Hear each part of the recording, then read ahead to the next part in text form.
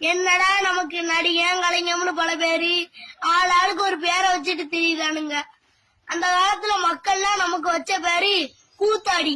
ஜனங்க ஒழுங்கா உழைக்க போவான், காடு கரை வயல்னு வேலை செய்வான். கூத்தாடி பயிலுவ என்ன செய்வாங்க தெரியுமா? வீடு வீடா போய் பிச்சை எடுப்பாங்க. ஆத்தா கூத்தாடி வந்திருக்கோம், அரிசி கம்பு எதுவும் இருந்தா பிச்சை போடுங்க தாயி அப்படின்னு பிச்சை கேட்பான். அதுதான் அவனுக்கு சாப்பாடு. பகல்ல பூரா உழைச்ச மக்கள் நைட்டு சாப்பிட்டுட்டு கொஞ்ச நேரம் கூத்து பார்க்க வருவாங்க. ஆனா அப்பதான் கூத்தாடி வேலையா ஆரம்பிக்கும். உழைச்ச மக்களுக்கு உற்சாகம் தர்ற கூத்தாடி பரம்பரை தான் நாங்க. அதனால அவங்கள பெருசா நினைச்சு மதிச்சு நாட்டை கொடுத்துறாதிய, நாடு நாசமா போயிரும்.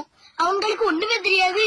படிப்போ வேலையோ தொழிலோ முழுசா தெரிஞ்சிருந்ததுன்னா அவங்க ஏன் அங்க வந்து கூத்தாடுவாங்க? ஒன்னதுக்கு லாய்க்கு இல்லாத பயிலுவதான் அங்க வருவான். அடிமட்ட வரிசை அது. அவனை விட கீழான மடைய ஒரு பயில் உள்ள